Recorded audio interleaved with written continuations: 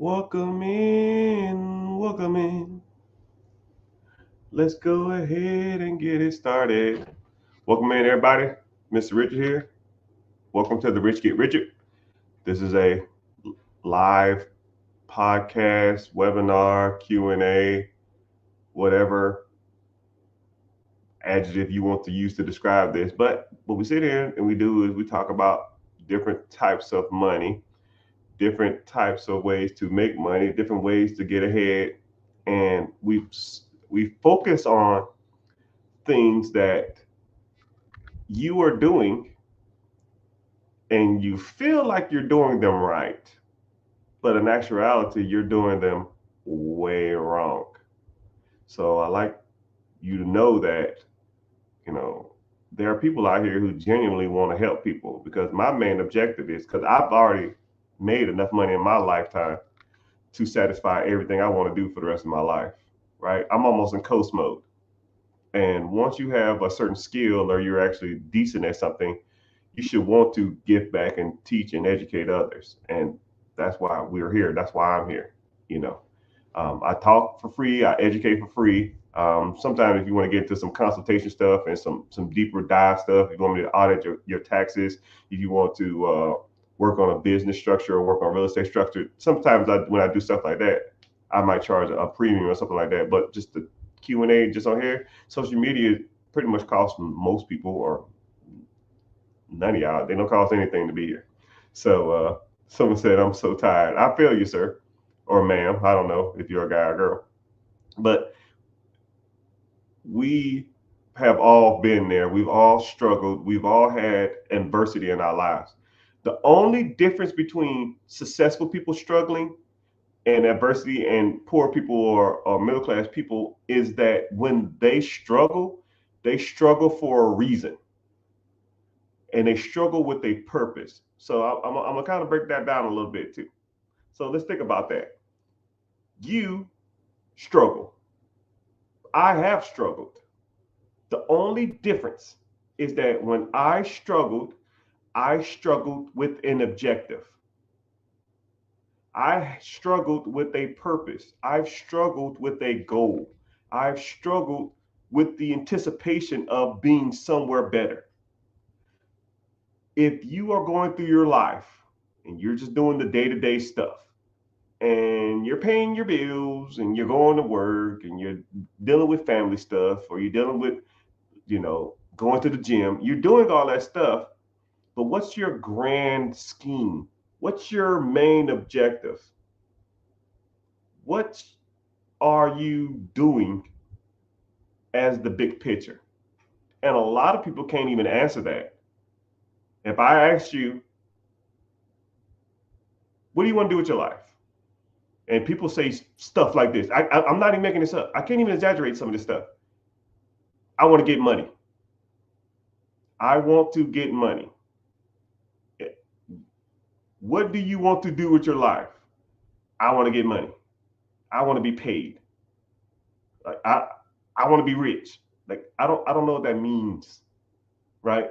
And if I can't define it and other people can't define it, then more than likely you can't define it. Like I said, struggle with an objective. What is your objective?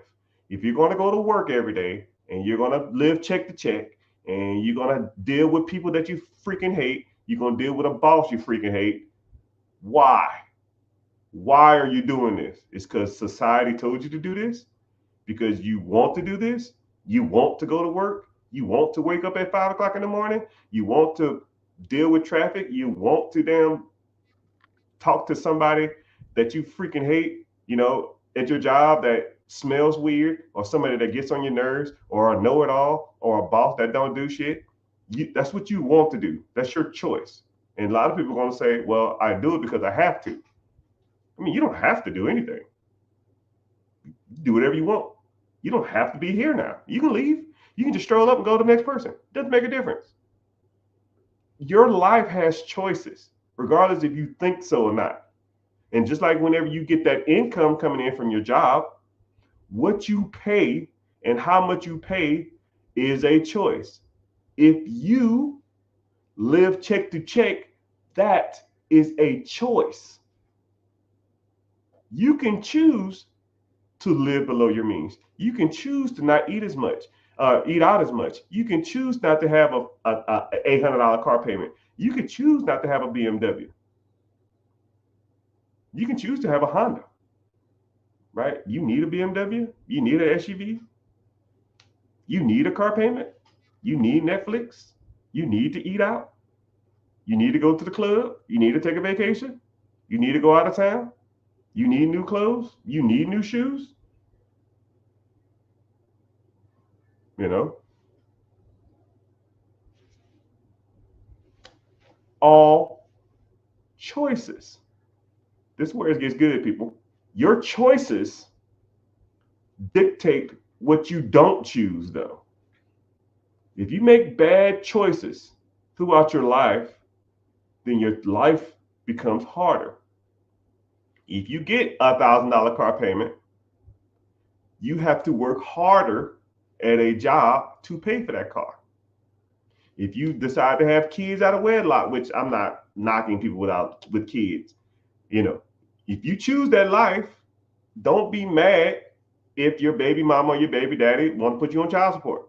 Don't be mad if your baby daddy don't want to help out. That was the choice that you made. Now you got to live with your choices, right? But you can correct or fix bad choices in your life. But that in itself is a choice. You got to choose to do better, make better financial decisions.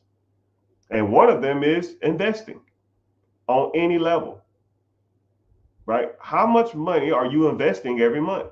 This is a choice.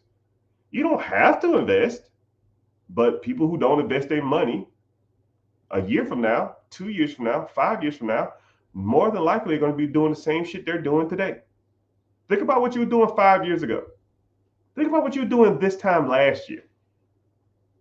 If it's the same thing you were doing now, you're messing up. If you've made no progression in life, you need to change something. And a lot of people don't even know if they're making progression or not. So everybody here, a quick, easy challenge.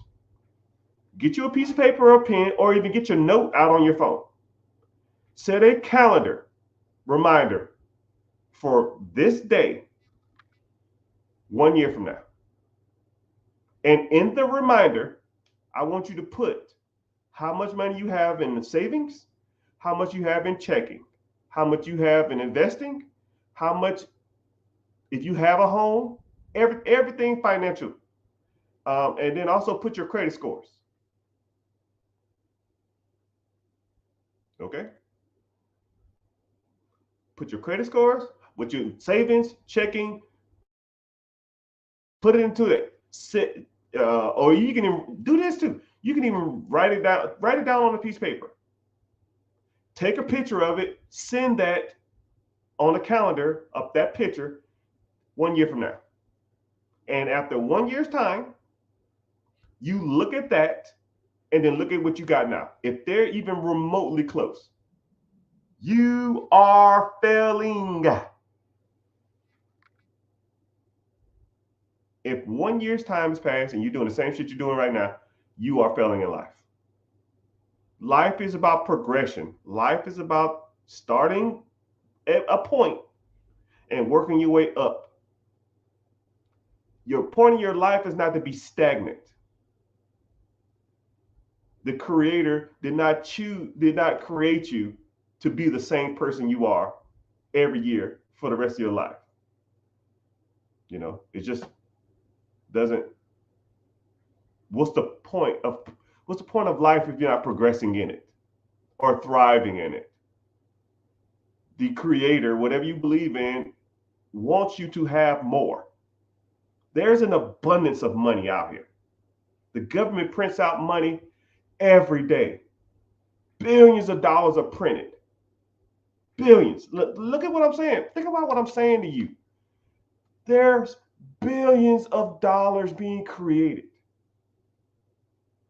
Now, money is not going to be just destroyed. They take the money and they throw it into the system. And now it's your job to go out there and get it. It's going somewhere. When you go to bed tonight and you wake up tomorrow, $1 billion will be printed.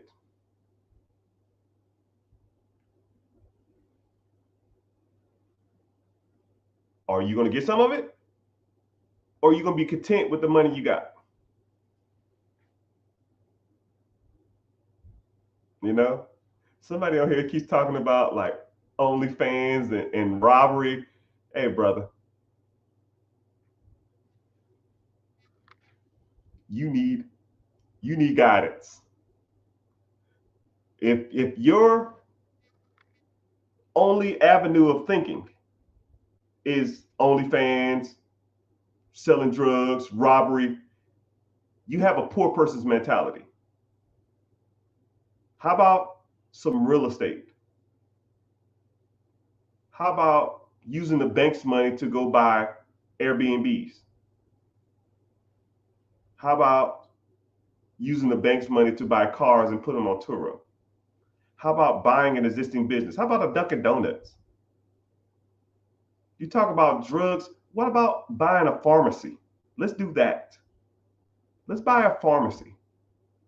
And every time we service somebody, we get $3 or $10 or $100. Let's do that.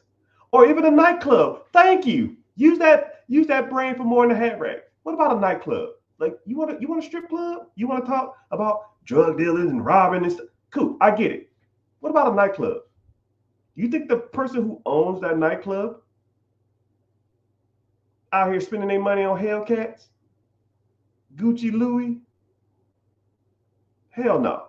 He see the people that come in the damn club spending $500 to $1,000 on liquor that he bought from up the street for $30. He or she probably don't even drink. I want you to think about that. He or she probably don't even drink. And y'all throwing y'all money, spending money on alcohol, making it rain, thinking y'all the coolest thing in the world, while he's taking that money back to his community. He's probably not a black dude, probably some Middle Eastern or Asian dude or a white dude. Because those are the kind of guys who owns the nightclubs, who owns the strip club, who owns the exotic clubs. Those are those type of people, man.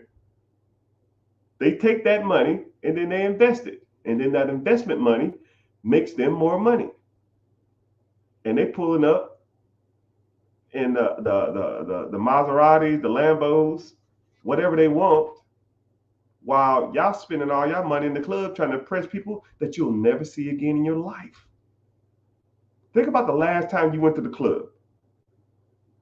How many people you still remember from there? None. So why the fuck am I spending all my money trying to make it rain? Why am I spending $500 to $1,000 on a bottle service? Y'all got the game messed up, people. Y'all looking at this shit way wrong. And like someone said, yeah, rich people hang out with a lot of rich people, and a lot of rich people don't even look like they're rich. Like this is a limited edition hat. This is like a $70 hat. This is a $12,000 watch. This is a $500 titanium black platinum ring. Do I need a flashy ass necklace? You know how crispy I look? You know how crispy I look with a damn Jesus piece right now with all this black on? But it brings me no value. It makes me no money. I could give a damn about that. And y'all got to learn the difference between sugar and shit. You got to learn the difference between assets and junk. That brings me no value. This watch is 14 years old and it's worth every penny I paid for it 14 years ago, or however long I got it ago, maybe like 10 years ago. It's worth the same amount of money, you know? But You guys have to get out of that workers mentality, people. You're not going to come in here. I don't know who this guy or girl is, whatever, but I'm not going to get on here and be like, drug dealers, OnlyFans, bro. You're stuck. You're stuck in the pot, bro. I can't educate you or teach you how to make some real money if you're thinking the only way to make money is drugs. Only way you can make money is OnlyFans. Only way you can make money is strip clubs. Like, dude, you need to be exposed to a whole different world of making money. Probably the house or apartment you live in has a landlord. Somebody benefits off of every aspect of your life. I want you to think about that. Now, this is where it gets deep. Every aspect of your life, somebody makes millions. And I'll even break it down. The bed you're going to go to sleep on tonight, you bought it from somebody. They made money off you.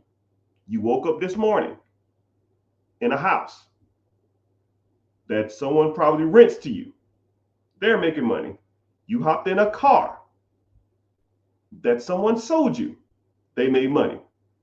You put gas in the car at a gas station. Somebody made money.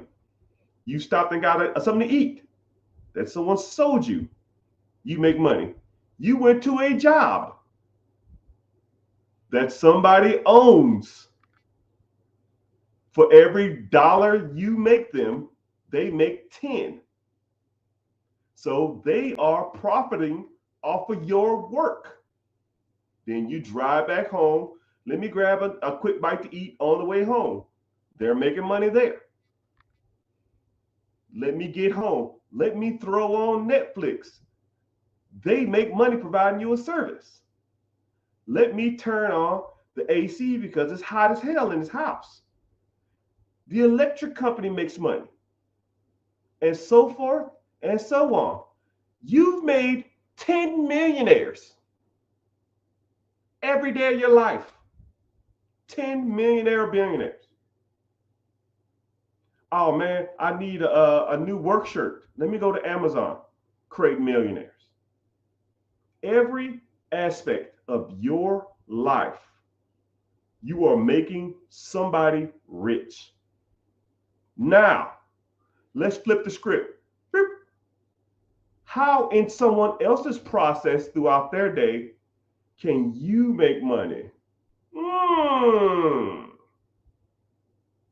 Can you sell them a bed? Buy a bed business. Can you sell them a car? Buy a car company. Can you sell someone gas?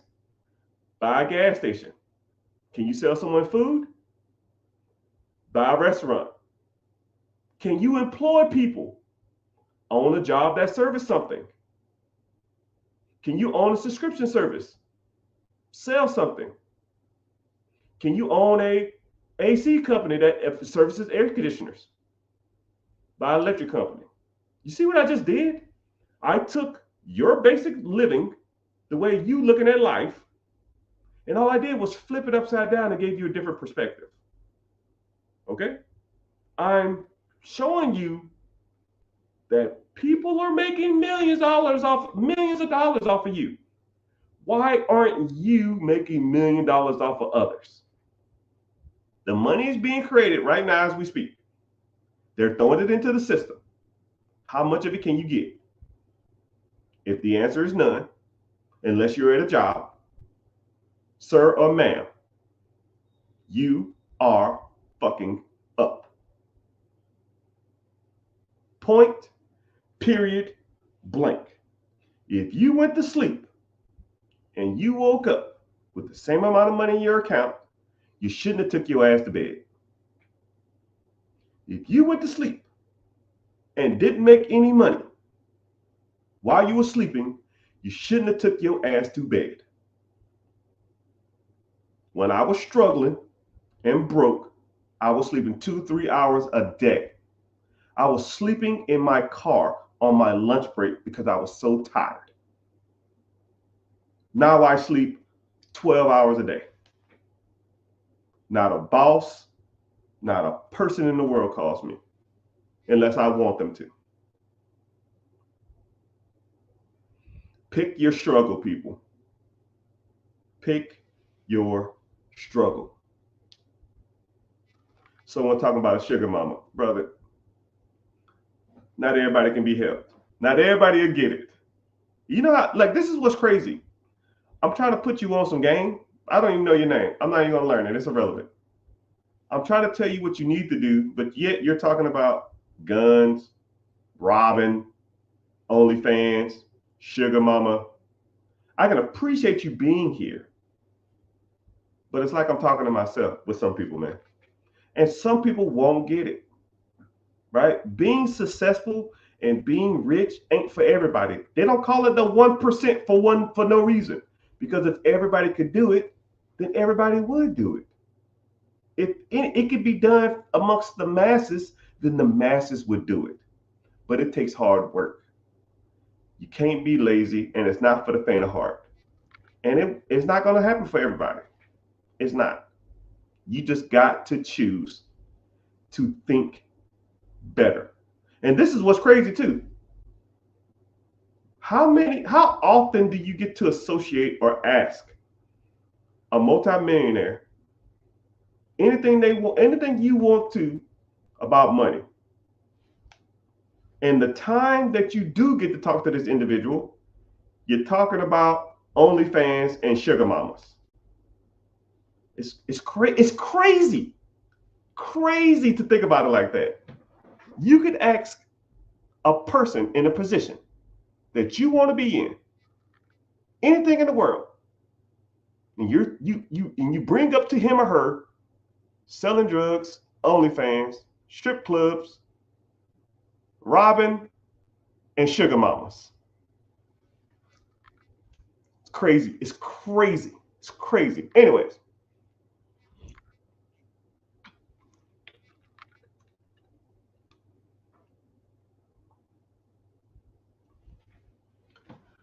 Welcome in. I just got to talking about general stuff. Hope gave y'all some motivation. Hope y'all find value in this type of stuff. If you are watching from Instagram or Twitter or Twitch or Facebook, welcome in. I see some people from Facebook in the house. I see some Twitchers in the house. See some TikTokers in the house. Click the link in the bio and then click on YouTube. Well, first of all, if you want to learn more about this type of stuff, you want to learn, if you find value in some of this stuff and you feel like, man, I feel like I can do some of this stuff that this guy's talking about, click the link in the bio, join the free class. It's called Be Your Own Boss. And also too, if you want to watch this from YouTube, they pay me to be here. Everybody else don't pay me to be here. All right. So go to YouTube, type in The Rich Get Richer. You'll see the live, click on it. If you want to follow from there, that's fine. If you don't, just watch from there and it's fine. Actually, I see your questions. I see your questions first when you comment on YouTube. So it's a lot easier for me to get to y'all questions. But let's get to some Q&A, because that's how we do it here, right? How do I feel about a Dairy Queen or a Grills or Dairy Queen and Grills? Yeah, they're franchises. They could be. It depends on, like I tell you something. Okay, they're not bad. It's just, if I'm gonna do a Dairy Queen or something like that, there's a couple of other things that I would lean towards before I do a Dairy Queen. When you think of like restaurants or you think of fast food, Dairy Queen never comes to mind. You know, I can name 10 fast food restaurants off the top of my head, and Dairy Queen wouldn't even be one, right?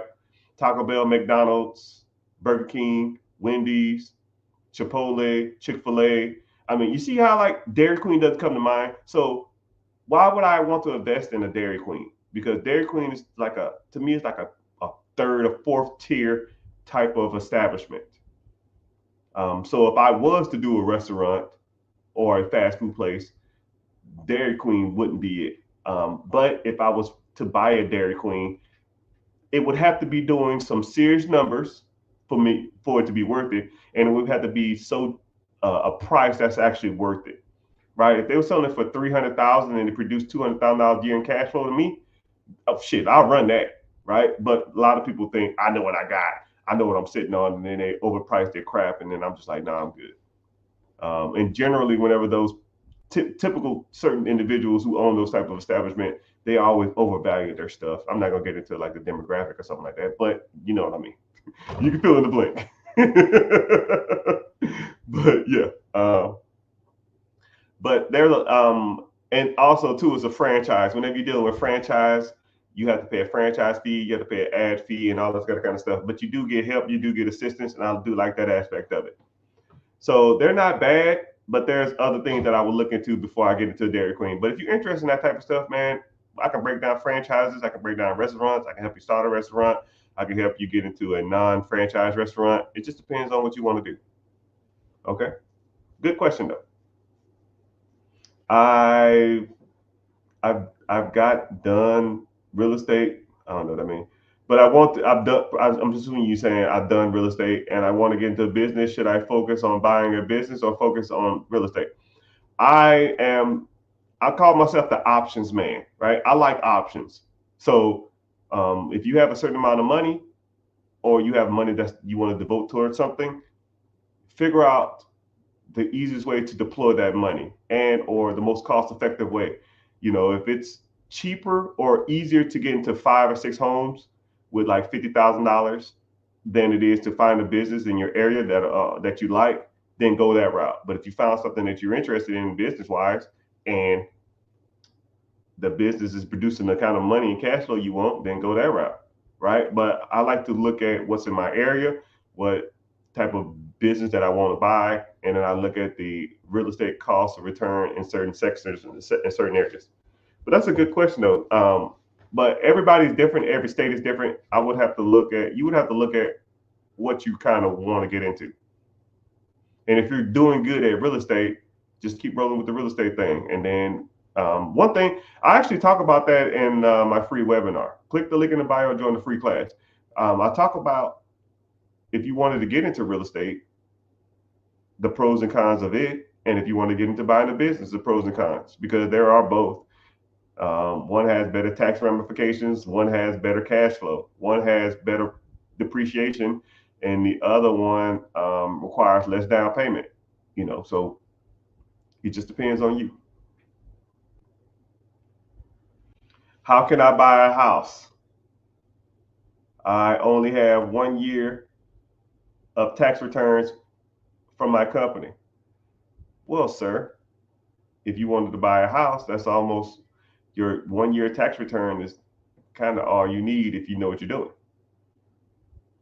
But there are programs out there to help individuals who want to buy a house.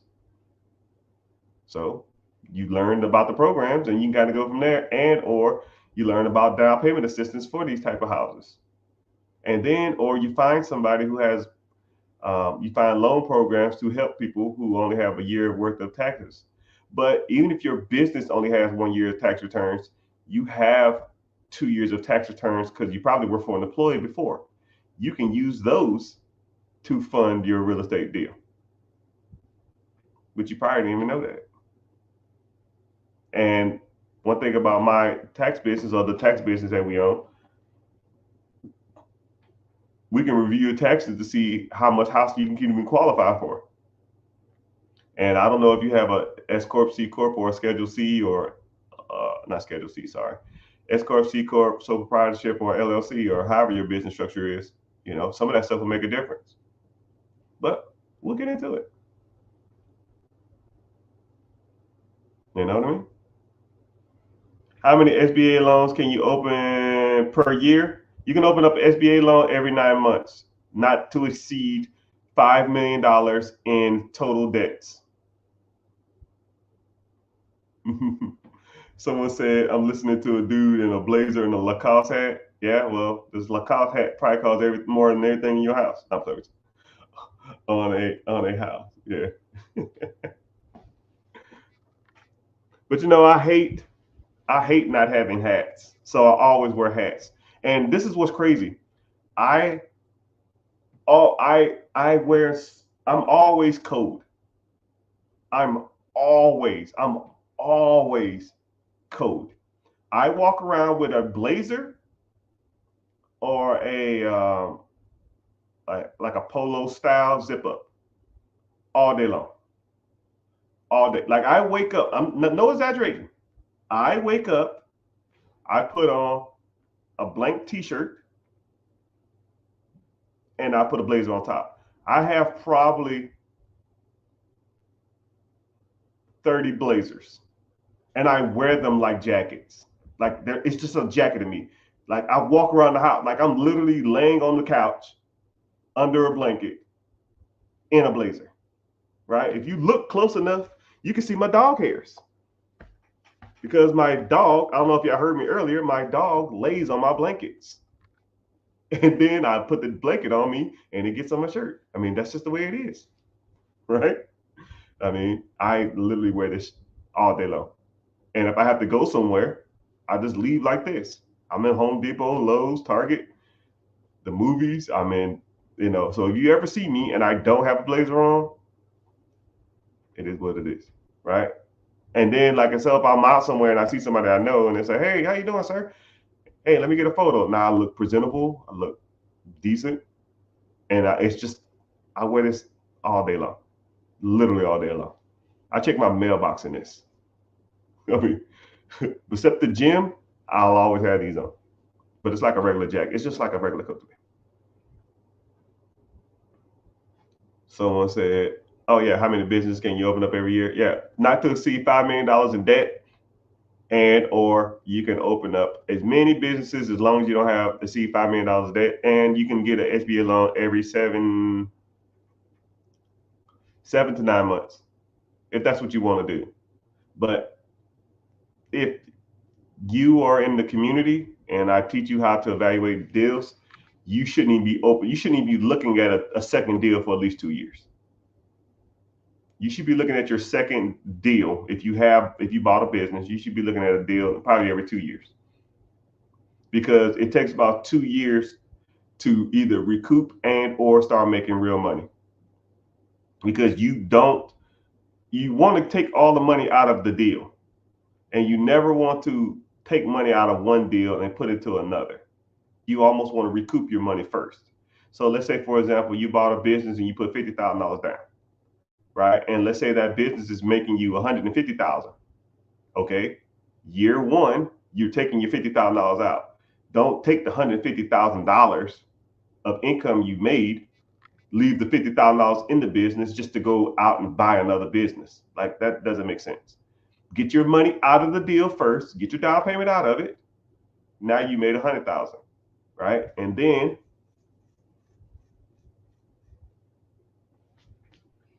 you take the $100,000 and you pay off all debts associated with that business. Not like pay off the loan, any type of like existing debts that you have. That's not the SBA loan. And then if you want to, you invest the rest of it, and then you can start living on some of that money too. And then year two, you don't have to pay back the $50,000. Now you can save up $50,000 to put down on another business if you want to. But now you're in year two, close to, almost at the end of year two. That's how I would do it. That's how I try to teach people how to do it. But sir or man, what kind of business you got? How much you make? Because majority of all bills, majority of home loans are contingent upon your debt to income ratio. How much money did you make last month, or how much money you made last year? So if you ain't got enough to afford the house, it's almost irrelevant anyways.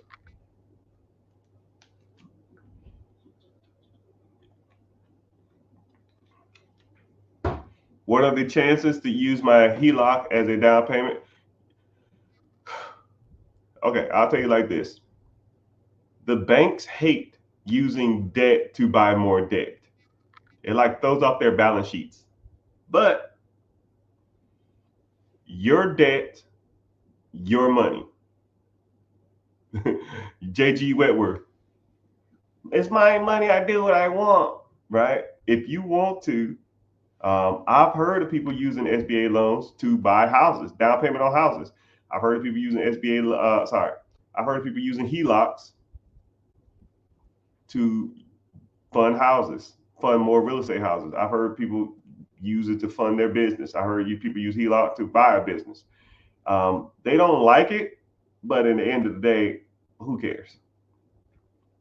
It's your money. You do it the shit you want to, you know. But there's ways you can do it. That's why you need to learn, Mr. Sean. Yeah, someone said when you're rich, you can wear what you want. Yeah, pretty much. Not necessarily though. I'm gonna kind of give y'all a look while y'all thinking of the next questions or while y'all thinking about whatever y'all thinking about, what questions y'all want to ask. I'm gonna kind of put y'all onto a different perspective. Especially when it comes to the minority community, man, it really bothers me when I talk about stuff like this. The minority community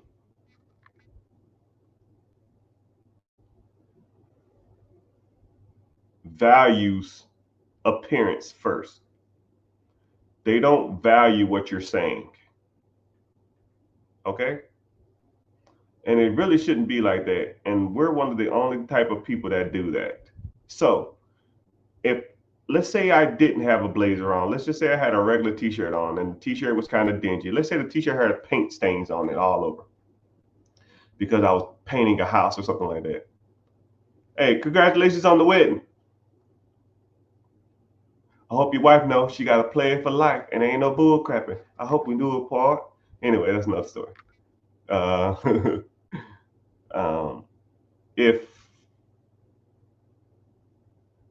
I dressed down, right? I know people out there who are worth millions, tens of millions of dollars, who teach people how to make money, and they show up in sweatpants and t-shirts and backwards hats. And they're not black. And their community eats every word that he says. But if I dressed in some Walmart hoodie or some shit, a backwards hat, a scruffy beard, looked all, y'all wouldn't know, half the people wouldn't even be in here now. It's almost like I have to get through a layer or a barrier of looks with certain people before people even acknowledge who I am. And it shouldn't be like that. It really shouldn't. I've seen people on social media with, I'll go to their lives and they'll have 600 people in there. It'll be a white dude sitting in front of his house with a pair of $5 Walmart shades and an old dingy t-shirt. And his message is not even as powerful, as potent, or as worth it. It's not even worth the listen. Like, it's just regurgitating shit he probably heard off social media or something like that. Or there's no value in there. It's just talking. Be 1,000 people in there. And then somebody like me, I'll wear like suit jackets and I'll be presentable and I'll have to enunciate my words. I have to focus on what I'm saying so I don't sound like an idiot. And I barely scratch the surface. It shouldn't be like that. It really shouldn't, but it is, right? It's an uphill battle for minorities. And the hardest people on me is not the outside community, it's my peoples. And it shouldn't be like that, but it is.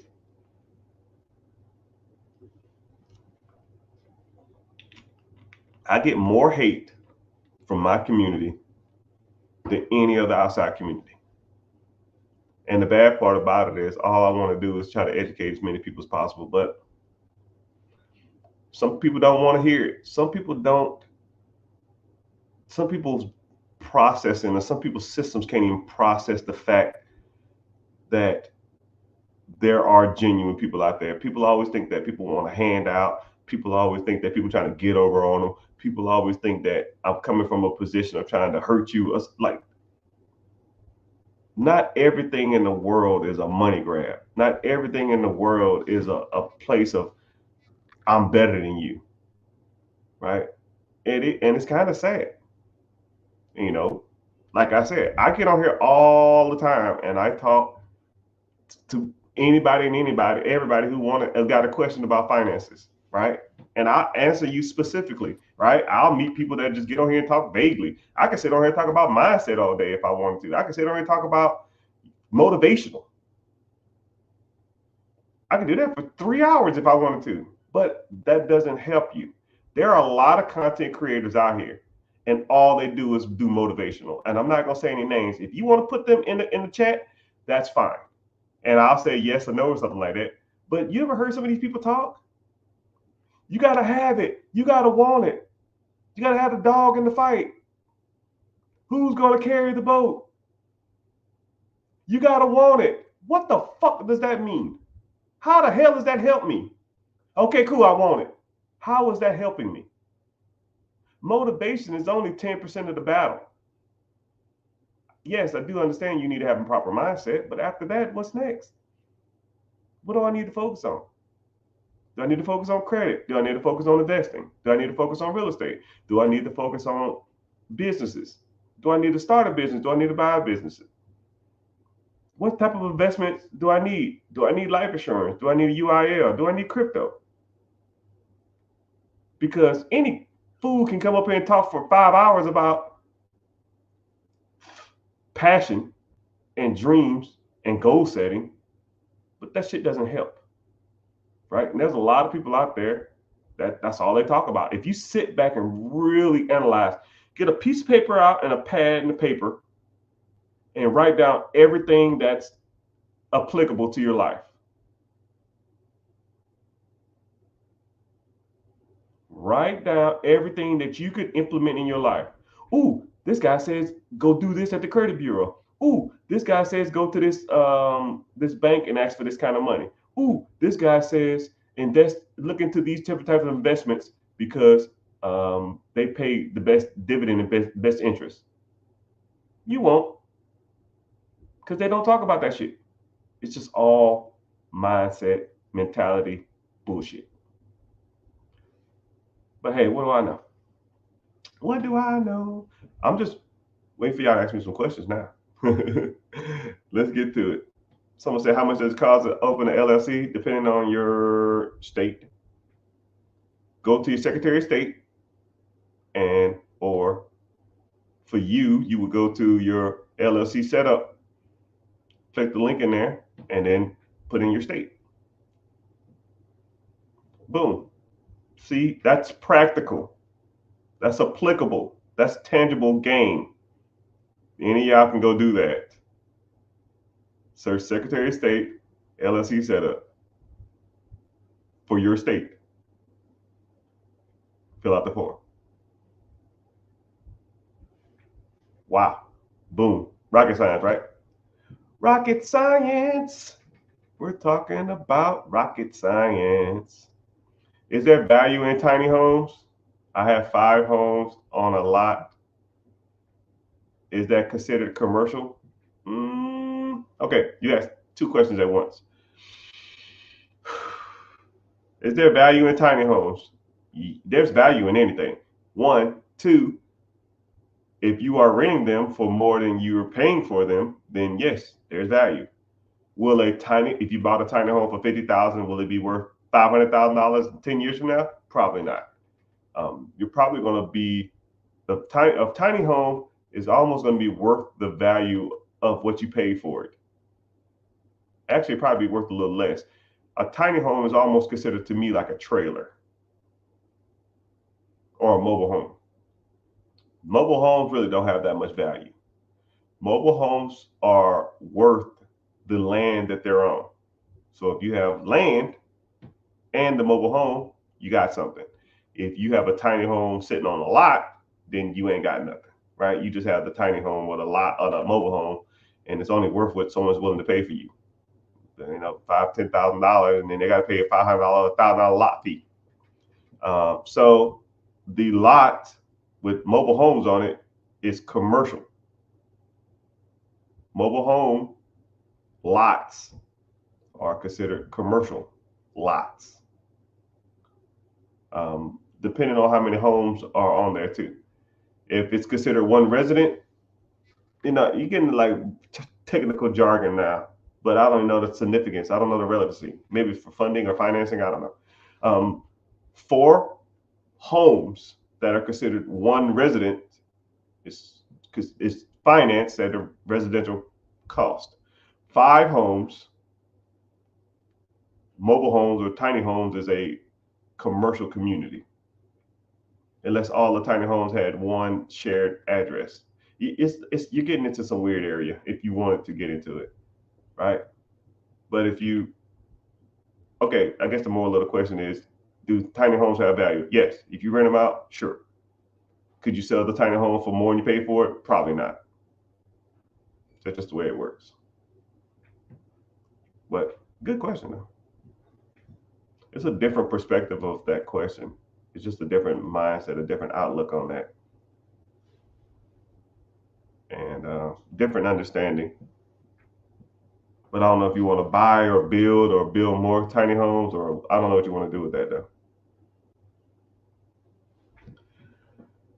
But like I said, we're streaming all over social media. Got quite a few people in here. Welcome in, welcome in, welcome in. Like I said, if you're watching from anywhere but YouTube, click on YouTube. I see Instagram in the house. I see Twitter. 2 Instagram pages, which I don't know about the other one, and I'm never on it.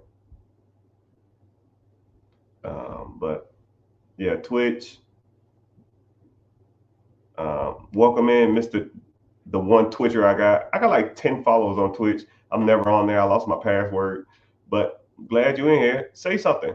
I almost want to be the biggest financial content streamer on Twitch because I go there and it's all like video games and shit, or Kai Sanai and Speed. I don't know how the hell they getting all these damn views. I don't know. I just need to start doing stupid stuff and dancing. People, people clip me out or something. I don't know.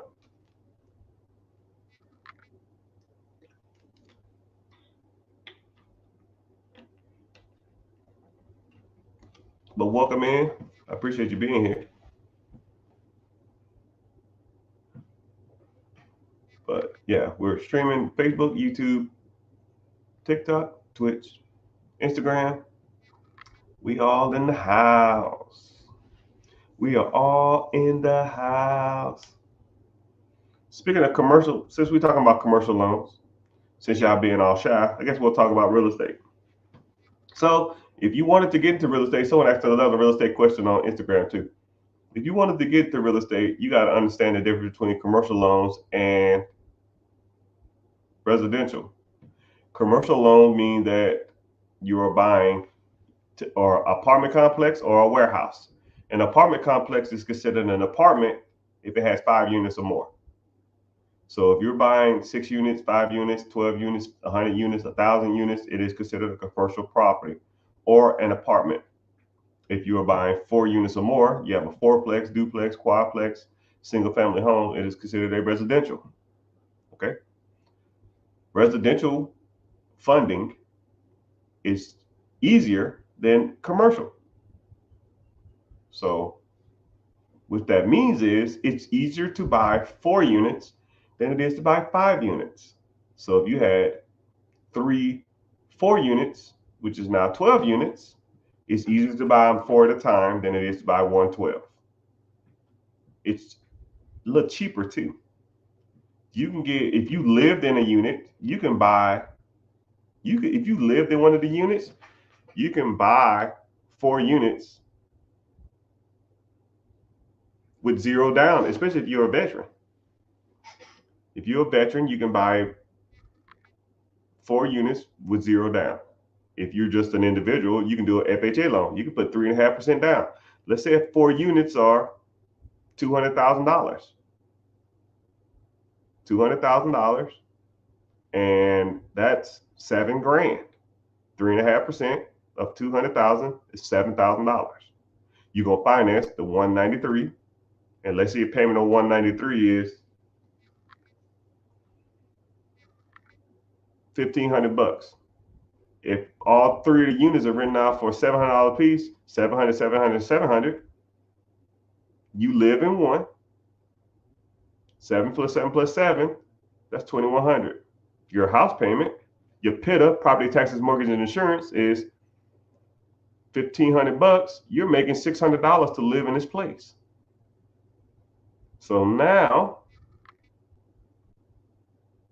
you could take the $700 profit and go out to the club. You could take the money that you was going to be spending on rent. You can go out to the club and buy a Hellcat, and you think you're doing it because you're saving $1,000 a month rent, and then you're making $700, which is $1,700 profit in theory. But somebody who knew what they was talking about would just pay the mortgage like it's just a house payment. You take the $700 from each house, which is now $2,100, and now you invest that. And don't live off of it. Don't go to the club. Don't go eating out. Don't get no scat pack. That's dumb, right? You barely getting your feet wet. Now you spending the little money you got on dumb shit. I see it all the time. I see people start to get a little traction, start to get a little motion, starting to get somewhat ahead in life, and then they take their winnings or their earnings or their profit and they dwindle it on dumb shit. Yo, man, you flip this house or you got an inheritance. What you gonna do with it? You just made 40 grand. You just made $20,000. You got a duplex. The duplex is paying you $1,500 a month. What are you doing with this? Man, shit, I'm living life. I need this just to survive. You need the extra $1,500 a month to survive? What the fuck are you surviving?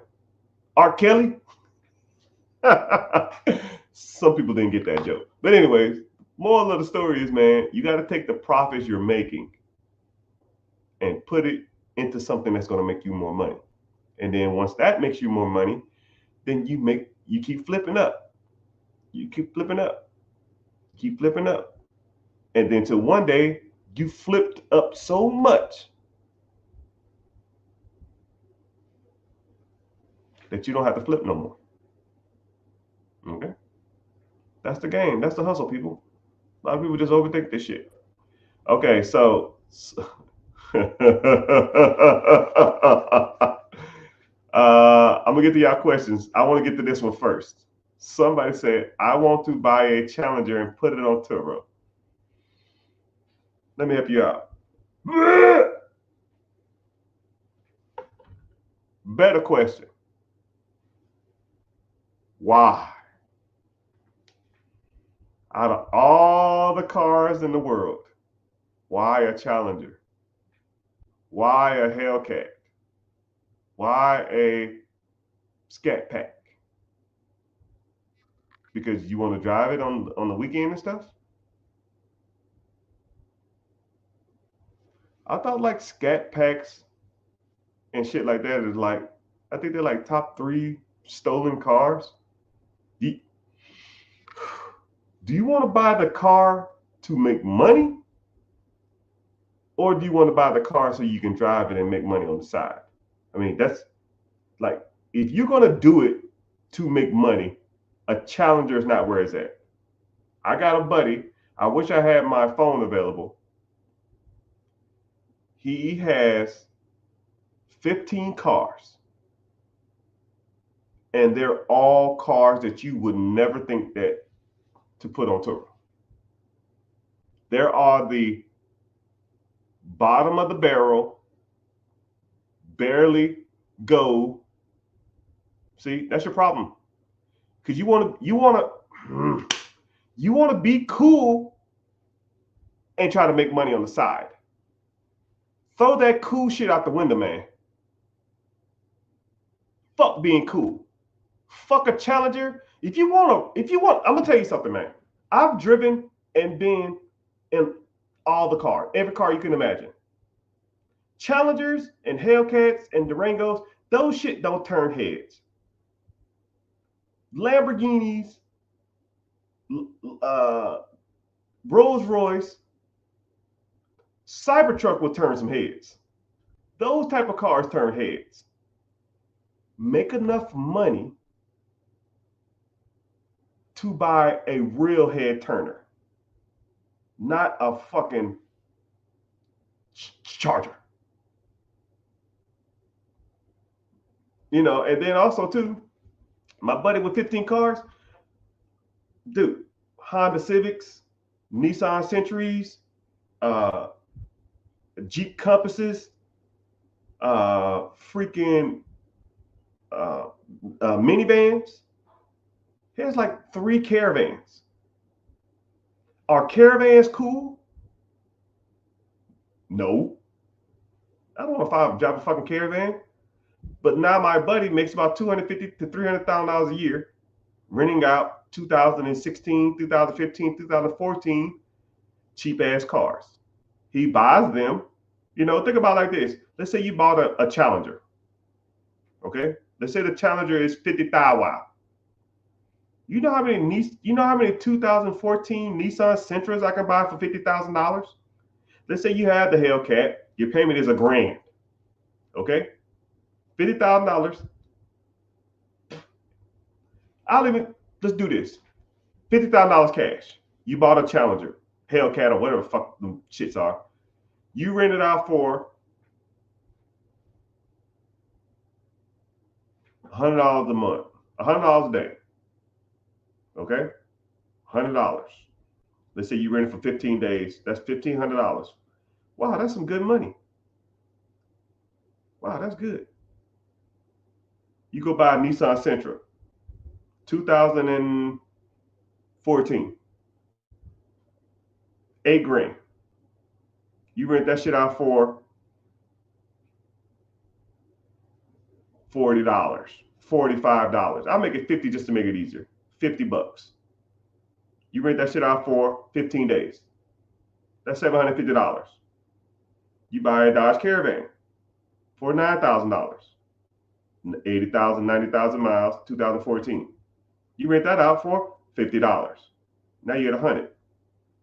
So you spent $16,000 to make the same amount of money that you would make on a Hellcat for $50,000. Stop me when I'm wrong. Anybody? It's damn near 100 y'all ain't. Stop me when I'm wrong. Now I can go buy a little Honda Civic. I can buy a Honda Accord. I can buy a Honda Pilot. I can buy another Caravan. And I bought 5 cars with this. I bought 6 cars with this $50,000. And now I have a fleet of cars. Now instead of $1,500 a month, which is $17,000, $18,000 a year, which you're not quitting your job with an extra $17,000, $18,000 a year. Now I got a fleet of cars that's probably making me $40,000, $50,000 a year. Now, $50,000 a year, we making some moves. We get some motion now. But if you just want to go out and buy a Hellcat just to be cool, be my guest, sir. Be my guest. And then it is the top 3 stolen cars. A lot of people ain't out here stealing no damn Honda Pilots. People ain't stealing no damn Caravans. People ain't stealing no damn Nissan Sentras. They fucking stealing them Hellcats. And then you rent it out 3 months from now. Some damn idiot named Pookie. You rent it to some 19-year-old. He doing donuts in the damn middle of the street. Because I see it on Instagram all the time. And now he done balled out your tires. And now you try to sue his ass. But he used a damn credit card with no money on it. Now you got to sue his ass. Now you got to replace $500 tires.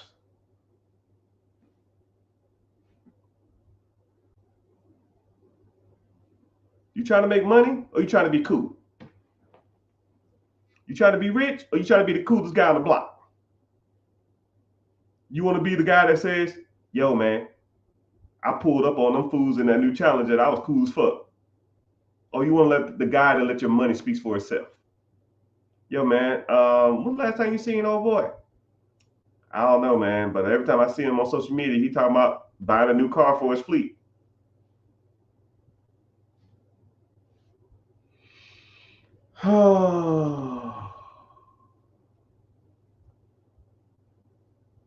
Someone says, so no Tesla for your daily? Fuck no.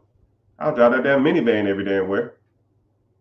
But people don't understand struggle. People don't understand delayed gratification. You know, people don't. I mean, I was worth millions, and I had a 2009 Toyota Prius, man, that was had paint stains on it. And that shit got like 60 miles to the gallon. And I drove that shit everywhere. I would go to real estate closings where I netted 6 figures. And the people would see me pull up in the Prius or pull up in the Honda Fit, or people would see me pull up in my old Nissan 4x2.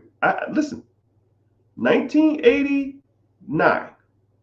No, I think it was 1990. 1990 Nissan hardbody pickup truck. It had no bed. The bed was rusted. I threw a piece of wood plank back there, but I had to replace it every 6 months because it rotted. It was 3 different colors, and it drifted when I went over 60 miles an hour. I had one seatbelt. When me and my wife rode in it, my girlfriend at the time, I gave her the seatbelt because if I crashed, I was out. One seatbelt.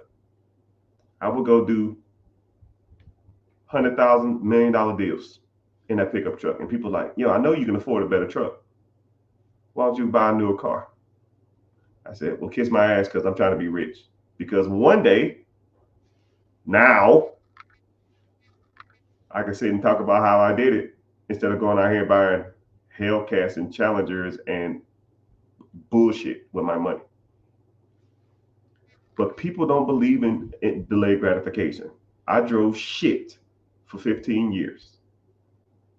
Right? Well, actually, I won't even say 15 years. It was about my first 3 years, I was balling. I started making money. Club, Louis, Gucci, Rolex, Escalades, Tahoes, Audis, Lexus, Mercedes. I bought all that shit. Rolls Royce, bought it all up. And I was just like, why? Why? Why am I spending the money that I struggled so hard to get to impress other motherfuckers who could give a damn about me? Yo, I see you too, sir. You have to start looking at the big picture and some of this stuff, man. You have to start looking at your purpose. What's the whole point of this, man? Purpose. Why are you doing it? Why are you working every day? Why are you going and waking up at 5 a.m. to go deal with some ass clown who don't know half as much as you? That one employee, one coworker who's annoying as hell. Or deal with traffic for an hour and a half. And y'all talk about a commute. When I was in the military, my commute was 45 minutes to work. And I see you, B. 45 minutes to work, an hour home. And every time I made that commute, I told myself, I will never work for anyone else again. Never work for anyone else again. That commute in itself burned in my mind. Let alone when I got to work and I'm dealing with bullshit all day that didn't progress me in my life or make me any more money. The commute itself, I would ride. I would get in my car and I would turn off the music, turn off my cell phone.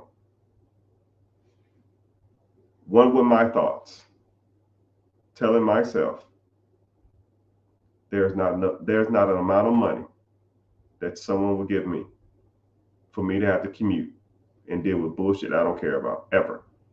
You could offer me $1 million a year salary and I'll tell you to fuck off. You couldn't do it. I could not. I cannot. I will not do that again. And something needs to, it's something, all of y'all need to like have the trigger. Something every single one of y'all have to tell y'all something needs to happen, right? I don't know what it is. I don't know what's your. You got to get back into a wall, and something needs to happen, and you need to tell yourself, yo, this is it. I am done with this shit. I cannot do this no more. And I don't care what it is. I don't care what it is. I will do it. And when I meet people like that and I talk to them for more than 5 minutes, I already know. I already know. I say, yo, you gonna make it. Hey, Mr. Richard, I'm ready. Okay, cool. Why you say that? Work ain't paying me enough. My boss getting on my nerves. Ain't enough money to go around. I'm tired of this shit. I'm frustrated. I feel like I'm stagnant in my life. I'm not getting nowhere. I can't do this shit no more. I fucking can't do it. And I was like, all right. And then, or they'll start saying stuff like, I don't care what it is. I don't care what you tell me to do. I'll do it. And when people get that weird ass, like, I'll do anything type deal, you know they will. You know they will. And one thing about our community is a lot of people in our community feel like that, but instead of doing the right thing, they do the wrong thing. Right? Because we've struggled and lived below means for so long that we'll just take any type of chances necessary to try to get ahead. But those type of chances that people do generally result in going to jail or worse. Right? Not going to talk morbidly on this, but you know what I mean?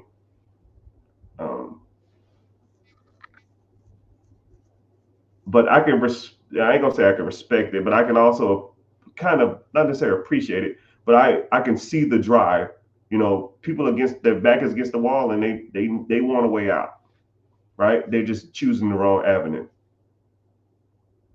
And then this is what's so crazy is that sometimes when I get people in the community, or I get a one-on-one, or I get a consultation with people, the more comfortable they are, the harder it is for me to get them to do something, because people associate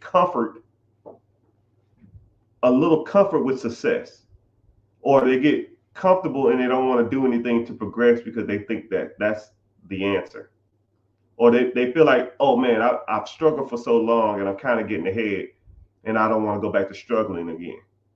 But majority of money progression doesn't work like that. Money progression typically goes up. It generally or rarely goes down if you know what you're doing.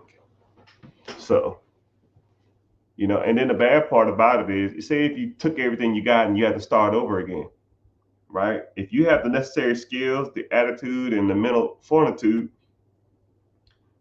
to get ahead, you can do it again. You can take all the money I have now and start me over, and I'll be right back on top. 6 months. Right back. Because I already know what I'm doing. Same thing. You just got to learn it.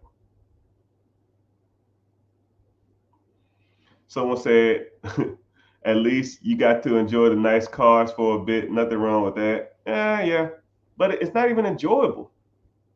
Like you have a nice car. Think about the car you got now. Like, does it make you feel better about yourself when you drive your car? Like who cares? That should get me from A to B. I don't care. I don't care. You shouldn't care either, but people do. I don't know why. Someone said, if I have $20,000, should I save? I have $20,000 saved. What do you think I should do? Real estate or businesses? I think you should click the link in the bio and join the free class, because I talk about different ways to buy businesses. I talk about different ways to buy real estate, and I talk about the pros and cons in them. Come to the free class. It's Wednesday, 9 p.m. EST. And I don't sell you information or anything like that. So if you want to come learn more, do that. And if y'all watching from YouTube, I appreciate it. Got a decent amount of people in here. Go to YouTube and watch from there. Go to YouTube, type in the Rich Get Richer, and start watching from there. It's the same feed. It just pays me to be there if you're there. All right, so let's get to the question. Someone said, "Is an event hall commercial?" Yes. Do you live in an event hall? Yes, event halls are commercial. Uh, Someone said, "What is the most common mistake that you see when someone is buying a business?" Uh, first, first things first is the amount of money it makes. I, for sure, I associate and deal with a lot of business brokers. So a real estate broker sells real estate. Wow, crazy concept, right? A business broker sells businesses. I know a few business brokers who will say, "Hey, man, I know you help people buy businesses, or I know you buy businesses too. I have some here. If you're interested in any of them, let me know." Okay. I mean, I probably get an email like that 5 times a day. I probably look at 50 businesses a day, just screwing off or something like that. And I'll look at some of these, and I'll let's say if it's $1 million business and it's producing like to the owner $75,000 a year, and I'll say, "Bro, this ain't shit. There's no way in hell that anybody should buy this. This number is horrible." And then after about 2 months, 3 months, they say, "Yo, Miss Rich, I got a new list. I got some new businesses on there. Let me know if you're interested in one." All right, whatever. I don't give a fuck. I'll look at the list and I'll see that same deal. They'll say pending. And I'll say, "How the fuck is this pending? This $1 million business shouldn't be selling no more than $250,000 max." And I know they didn't come up their number that much, but people are, what's the proper terminology? People are blinded by the beauty of the business. Oh my goodness. People don't want to hear this. People don't want to hear this. People would rather have a business that's beautiful, that doesn't make any money, than a business that's ugly, that makes a shit ton of money. Say that again. I'm not telling you this because this is something I just make up. This is what I see all the time. People love the idea of a business more so than they love the ideal of making money. Like think about like a Gucci handbag or a Louis Vuitton handbag. People love the idea of Gucci or Louis or Hermes bags more so than the practicality of those bags. Now, if I went to Walmart and got a bag, that Walmart bag, if it was 100% leather, would probably last just as long. And I paid $100 for it. Would last just as long as a $3,000 Chanel bag, just as long, if not longer. But people are in love with the idea that a Chanel bag makes them feel than about the price that's associated with the Chanel bag. Okay? When people have businesses for sale, people are in love with certain business ideas more so than the fact of the bag of the business itself. Like any type of like beautiful business, they fly off the shelves, and people buy them wrong. And that to me is a common mistake. So things like, so if y'all want to just give me a comment and tell me what y'all feel or what y'all think, industries that are like beautiful or people that are like, man, that seems like it'd be so cool. Those type of industry, anything that people brag to other people, "I own a blah blah blah. I have a blah blah blah." Any of those, anything like that, those are common mistakes because people overpay for that shit because they want to be cool instead of want to make money.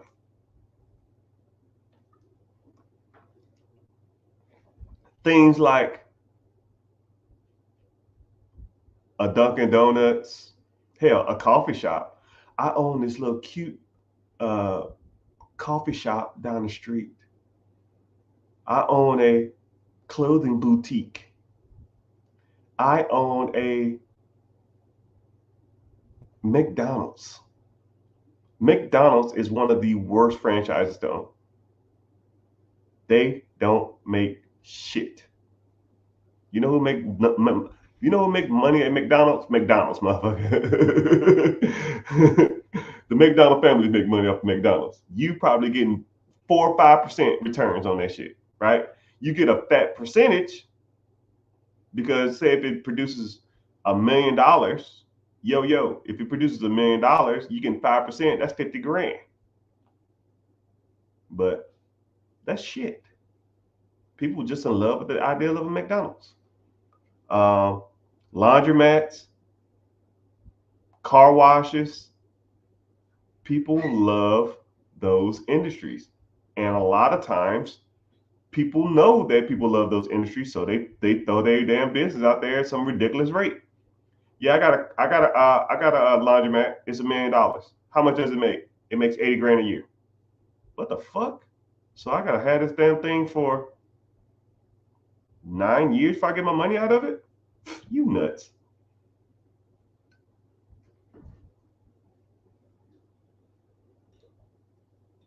Somebody said most franchises, not necessarily.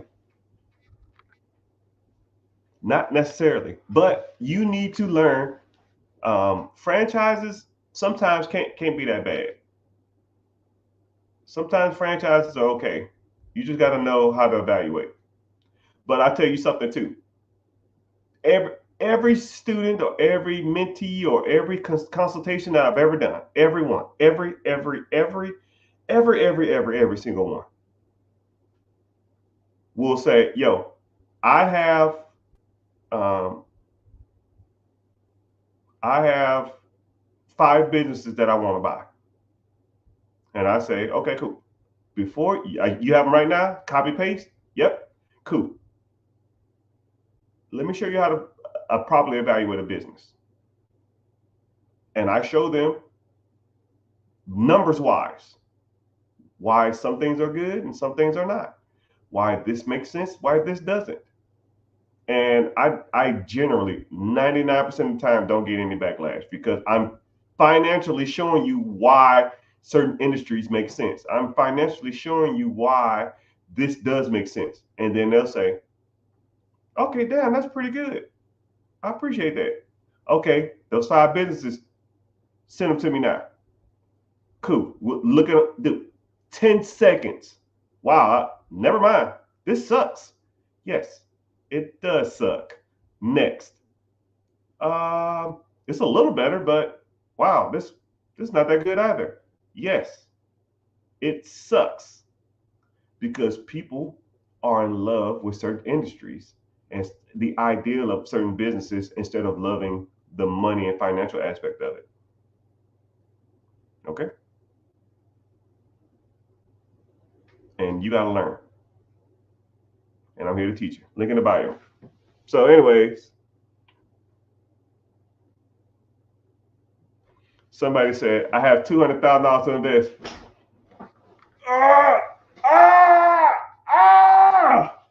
What I'm about to say, people, anybody who know me, anybody who know me,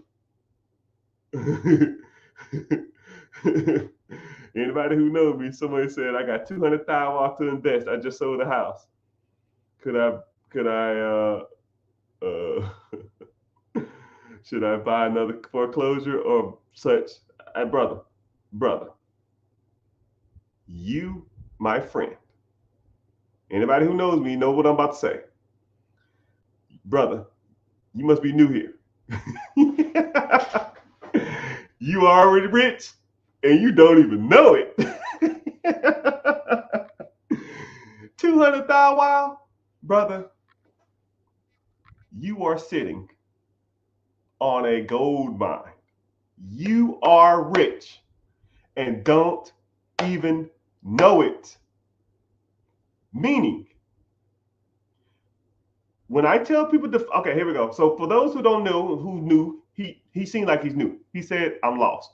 I got you.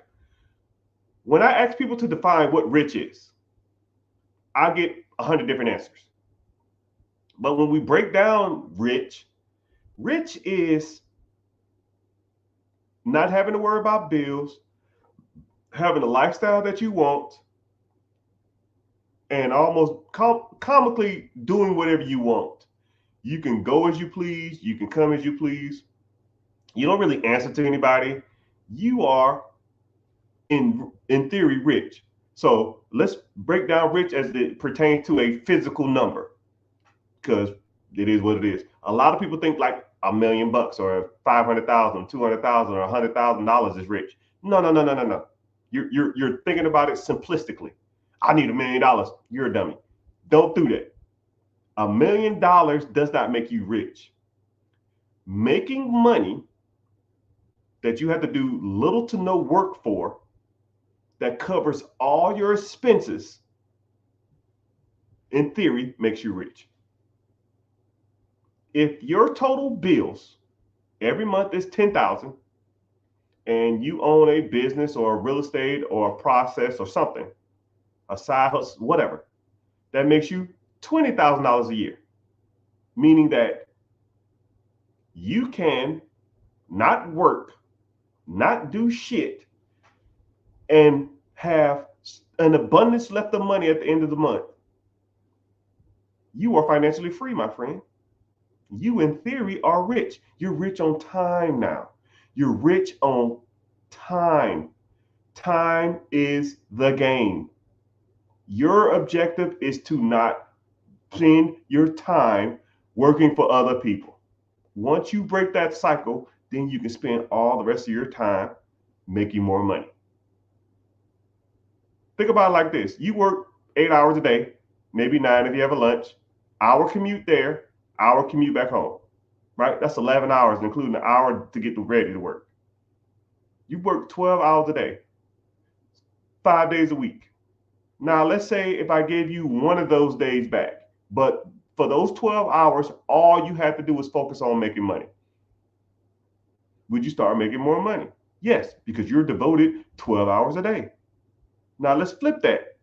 I'm going to give you 2 days. So 24 hours, 12 days on Monday, 12 hours on Friday, right? Saturday, Sunday, you do what the hell you want. Saturday, Monday and Friday, you spend 12 of those hours, Monday and Friday, trying to make more money. Buying side hustles, buying real estate, buying businesses, managing businesses, starting side hustles, freaking mowing lawns, flipping couches. Who cares? 12 hours a day, 2 days a week. Would you make more money? Yes, you would. 3 hours a day, or 3 days. Yes, you would. You'll make more money. 4 days. You work 1 day a week. Let's say Wednesday. Monday and Tuesday, Thursday and Friday, you have to spend 12 hours a day making money. You would default make more money because you're spending so much time devoted towards making money. You will automatically, just in theory, start making more money because you're going to start associating. You have the time and the resources that you can devote to it. That's the objective, people. You need to get your time back. You're sitting on 200,000. Wow, I'll even make this super easy. Let's say you did $200,000. Let's say you put, hypothetical situation, 20% down on a business, which businesses don't even 20% down. But let's say you put 20% down on a business. $200,000 is $1 million company. Let's say the $1 million company is doing 40% margins, which they're out there. 40% margins, that's $400,000 a year. That's $35,000 a month. After the first year of owning this company that you bought existing, you have made $400,000. You put $200,000 down, meaning you still profit $200,000. $200,000 is somewhere in the range of $17,000 a month. If you can use an extra $16,000 a month, put a boom emoji in the chat. If you could quit your job with $16,000 extra a month, put a 1 in the chat. So you have $200,000. You bought a business for $1 million. The business makes you $400,000. You paid yourself back your $200,000. So in theory, you risk nothing. You already got your money out of the deal. So if it goes bankrupt, who gives a fuck? You already got your money out of the deal. You still profited $200,000, which is about $16,000 a month, right? And that's the first year. Let's take the second year. Year 2. Let's say you didn't make $400,000 that year. Let's say you made $350,000. Yeah, sales went down. Who cares? $350,000. Do you have to pay back the $200,000 you put? No, you've already paid yourself back. So that $350,000 a year is all profit. So now you pay yourself as a manager in your business. You just pay yourself a simple $100,000 of the profit, just so you can sit your ass at home and not work. You still have $250,000 left. So what do you do with the $250,000? You go buy a house, you go to the club, you buy some Hellcats, some Chargers, some Gucci, you take a vacation? Fuck no. You buy another $1 million company. Boom. So now you're in year 3. You put $200,000 down on that business. That business is going to make you, let's say if it's producing $400,000 a year in profit, you're going to pay yourself back the $200,000 you borrowed from yourself. But you still make a $200,000 profit. So now you got an extra $200,000. But business 1 produced you $350,000 year 3. So now you got $250,000. You got $200,000 from business 2. You got $350,000 from business 1. So now you made $550,000. You pay yourself $100,000 as an employee, but you're still sitting on $450,000.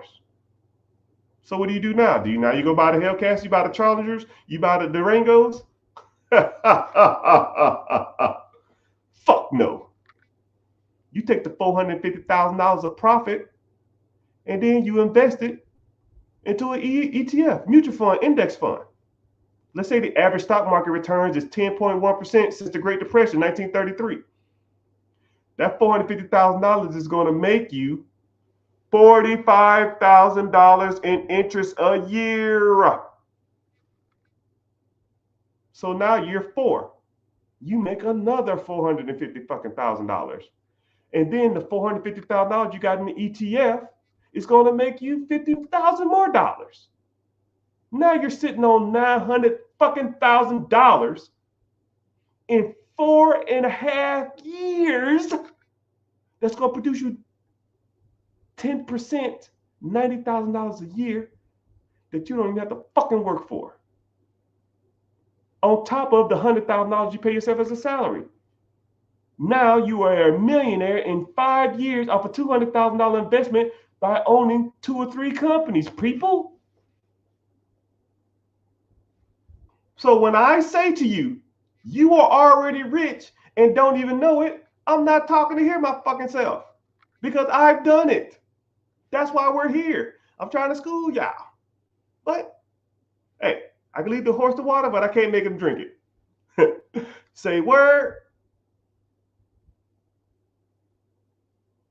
Say word. For those who are new here, when I say word, y'all put word in the comment section. Say word. Word. Word.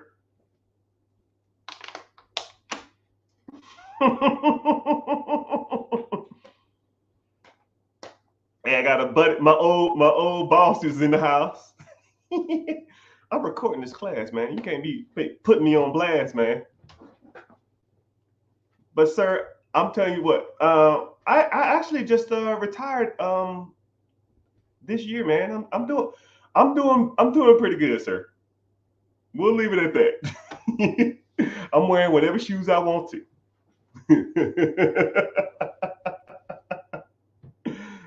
I hope all is well, man. I hope you're doing good. You still down in good old South Kakalaki? Hope you're doing great, man. You know, I knew you would. Hey, man, I was cheap as hell. Drive that old ass pickup truck. Hey, remember me and you used to talk about we used to talk about buying them old school trucks, trying them cheap ass trucks in India and sent them over here. We still need to do that. Them little Tata tutus or whatever the hell they was called.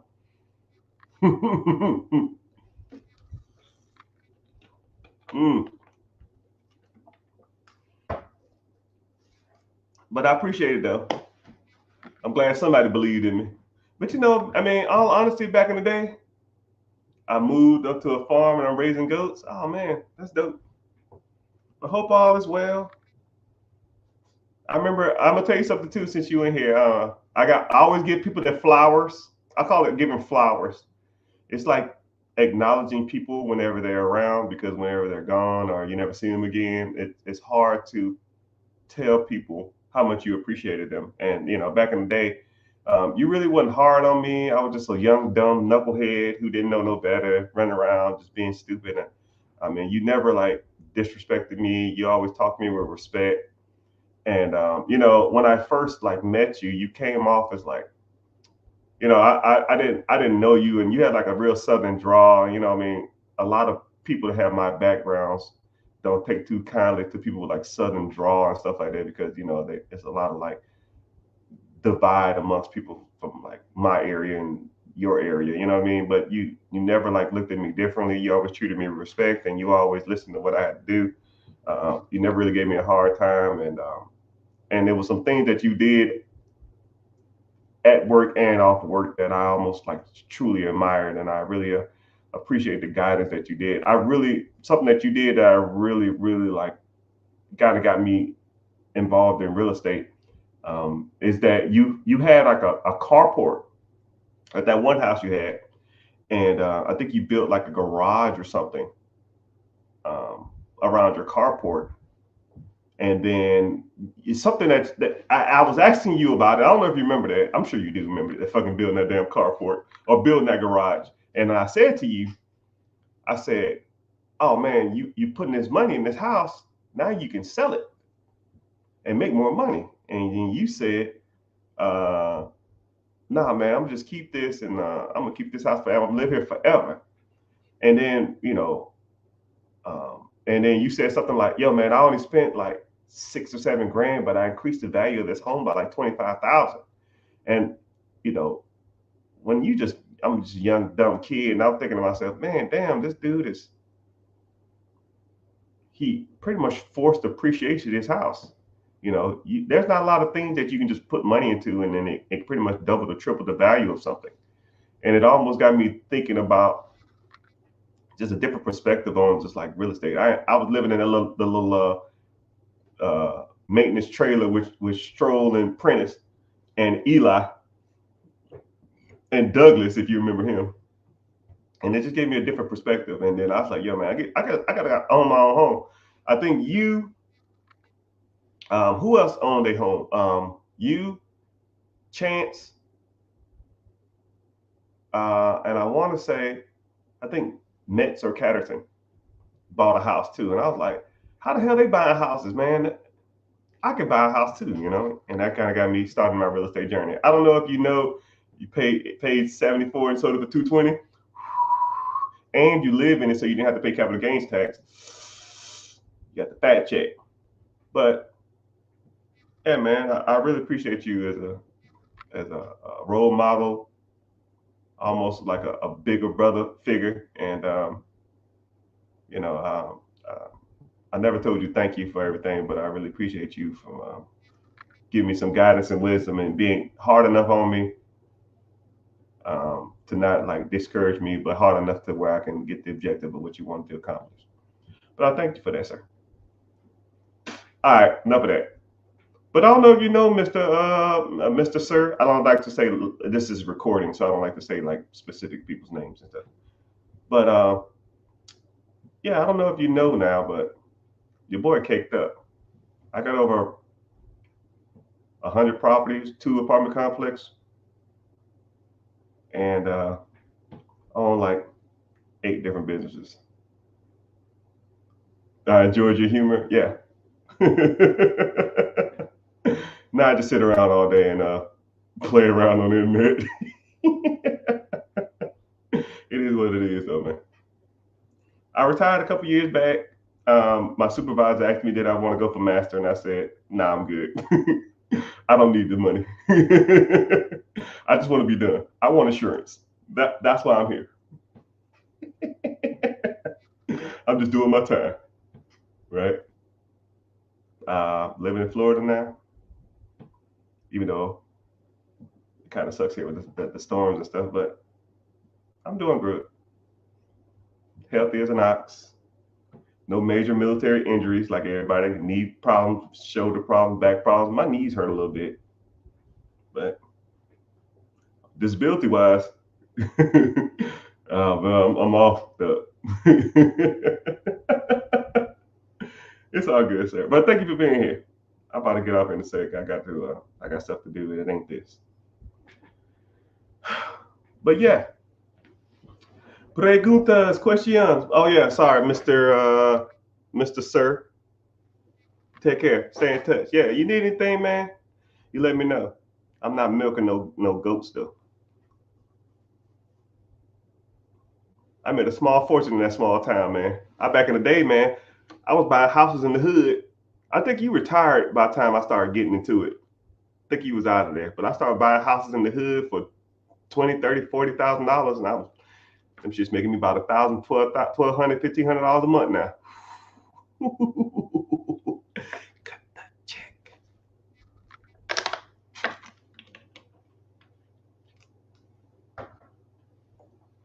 What is the best business? What is the best business to buy? To what degree of absentee owner really absentee? Good question. So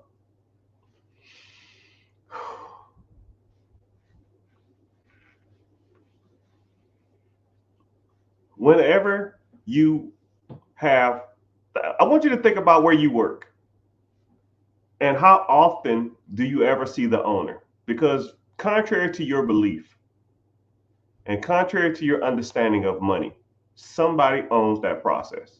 Somebody makes money off of you working there. Okay? Somebody makes money off that process. How often do you see that person, him or her, in that process? Let's say you work at Walmart. The owners of Walmart, do you think they bag groceries? Do you think they clean up on aisle 5? No, they own the process that makes money. And the same thing can be said with a lot of businesses. Think about your local Chipotle. How often do you see the manager there or the owner? You don't see the owner because the owner hires managers, and you have multiple levels of management. You have a GM, then you have assistant manager, then you have shift managers, and then you might have a team lead, and then you have associates or employees. That hierarchy or structure is pretty much prevalent in all different types of businesses and avenues. You know, it's everywhere.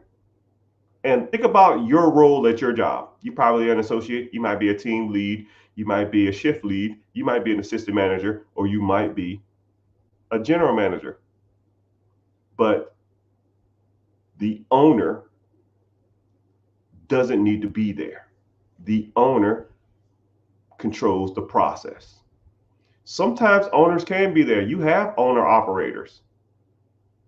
And sometimes they're semi-absentee. Sometimes they come in on the weekend. Sometimes they might show up on a Friday. Sometimes they might show up on a Monday, do inventory. Sometimes they might do the bookkeeping. Sometimes they might just walk around and see if the damn place ain't fell apart. Sometimes they're just completely absentee.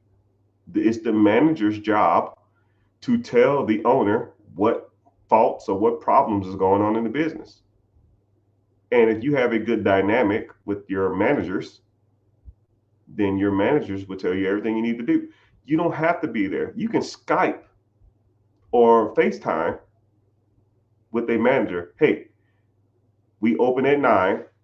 It's 7:30. You're already there. Walk me through the building and let's just tell me what's going on. Yeah, we got a leaky faucet here. Okay, cool. Did you call anybody to come out and look at it? No, I will though. Cool. Add it to your list. Right? That's the manager's job. Ensure that that building is running flawlessly. And then the manager's job is to ensure that that business is running flawlessly. And then the manager's job is to ensure that that business is making money. Because if that business don't make money, then the manager don't make money. And if the manager don't make money, the assistant manager don't make money. The assistant manager don't make money, then the leads don't make money. And if the leads don't make money, the employees don't make money. And then everybody loses their job. I lose my investment, you lose your job. But the bad part about it is when I lose that business, I'm not broke. When you lose your job, then you got to find another job. So you do your job right, and I'll do my job. I'll pay the bills, and you make me money. And when I make you money, I'll pay you a paycheck. It's a great dynamic. It's a great exchange. You do a service, I pay your bills. You want work-life balance? I don't want none of that. I want money. You want to get off at 12 and go to your kid's recital? Cool. That's fine. Right? I'll work 24 hours a day and make millions. I don't need the balance. I want the money. Some people want the balance. Some people want the money. Now I have both. Well, better than most. Somebody asked, how do you get started buying businesses? You got to learn, my guy. Link in the bio. Go to the link in the bio. It should be a Stan Store link, or it should be my website, therichgetricher.com. It's going to be one thing to click on. It's going to say, be your own boss. And if you're interested in credit, business funding, investing, real estate, Section 8, Sub 2, lease options, you're interested in that stuff. Buying businesses, scaling your business, evaluating businesses, Turo, whatever you want to talk about, we'll talk about. Click the link in the bio, join a free class, and then we'll go from there. Especially Mr. 200 Thou Wow, you need some help. 200 beans, bro? You rich and don't even know it. And then the bad part about it, Mr. 200 Thou Wow, if you're still in here, comment if you're still in here, Mr. 200 Thou Wow. If you don't even have to put $200,000 down. We could put $200,000 in a brokerage account, an investment account, and then you can take a loan out against the investment account, and then use the investment to fund your business deals. So in theory, you're not even risking any of your money. It's nasty work out there, bro. It's nasty, man. Shit done got serious. Man, the shit done got serious.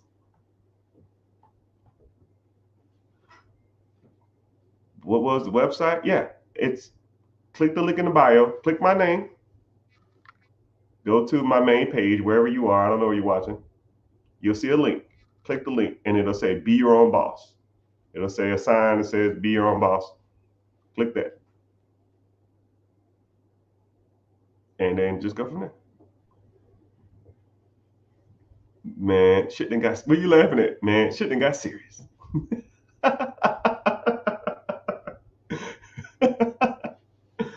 La, da, da, da, da, da.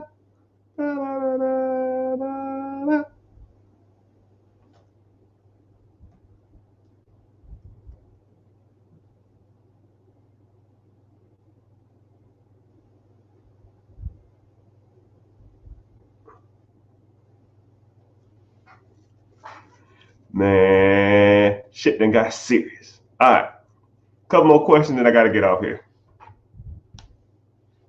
Let's see what we got. Let's see what we got.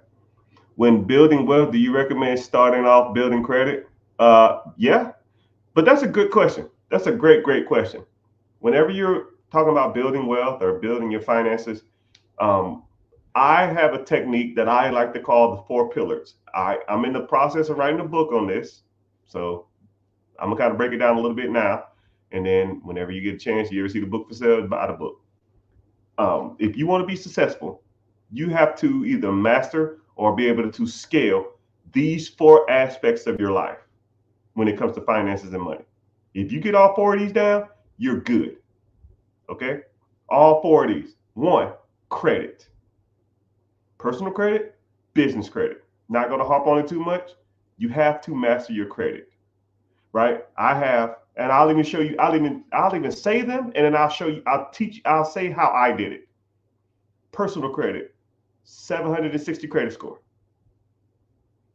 Business credit, I have millions of dollars in business funding. Millions of dollars in business funding. Right? Millions of dollars in business funding. So business credit wise, and these the big boys.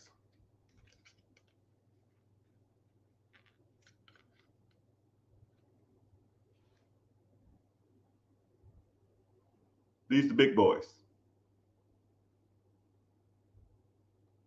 This is $2 million worth of lines of credit, people. $2 million. Now, I'm asking you a serious question. If you had access to $2 million of credit, what would you buy? But you had to buy something that make money. It's rhetorical. You didn't even got to answer. It's irrelevant. Just think about it. $2 million worth of credit. And that's just on these 3. And that's just on these 3. That's not including the ones over here. Master credit. Next, investing, mutual funds, ETFs, high yield savings accounts, index funds, mutual funds, stocks, bonds, 401k, IRAs, IULs, whatever the hell they're called, life insurance. Understanding and grasping all of those assets that produce you money year over year. Okay? And now you don't even want to talk about my portfolio. I probably drop 60 to 70 grand a month in my my funds. 60 to 70 grand a month. Think about that. When I'm 55, 60 years old, I'm gonna be getting checks for about $1 million to $2 million a month for the rest of my life. Just adding money on top of money. It is what it is. And then I'm gonna give it to my kids, and they can make $1 million a month. I don't give a shit. They can do whatever they want to with it. They're gonna be spoiled as fuck, and they just don't even know it. Next is real estate. Owning your own home, buying rental properties, multifamily, apartments, commercial, syndication, wholesaling, bird dogging, Section 8, mastering all forms of real estate. That's pillar 3. Pillar 4 is ownership of processes that make you money. Businesses, vending machines, cars on Turo, Airbnb, buying businesses, starting businesses, anything that makes you money while you're sleeping. You don't work the process makes you money though. Now, if you bought something that makes you money, you still can make money while you're sleeping, but you make more money. If I had a business that I own that I work 60 hours a week, how many businesses can I own? Two max. I have a business that I work an hour a week. Well, how many can I own? Well, shit, 50. Whatever, how many you want? And those are the four pillars that you need to master. And if you haven't mastered any of these, you need to be shown and taught how to do it. And congratulations, I'm here to teach. So if you're interested, sign up for the free class. Click the link in the bio. Join, let's get started. But make sure you're following. I'm always out here giving all the game away. I'm always trying to school and teach and educate because I kind of comically like it.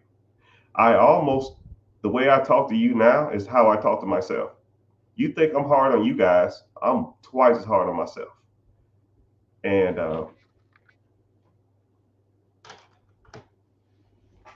and you need to be shown and pushed, and you need to learn different perspectives on your finances. You can't just go through life doing the same shit every day and expecting the same result. You will not get ahead.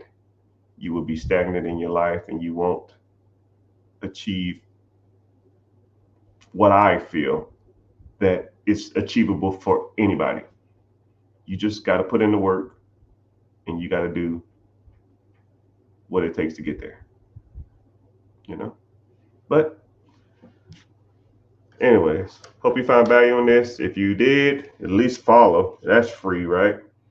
You want to sign up for something, that's fine. If you don't want to sign up, that's cool too.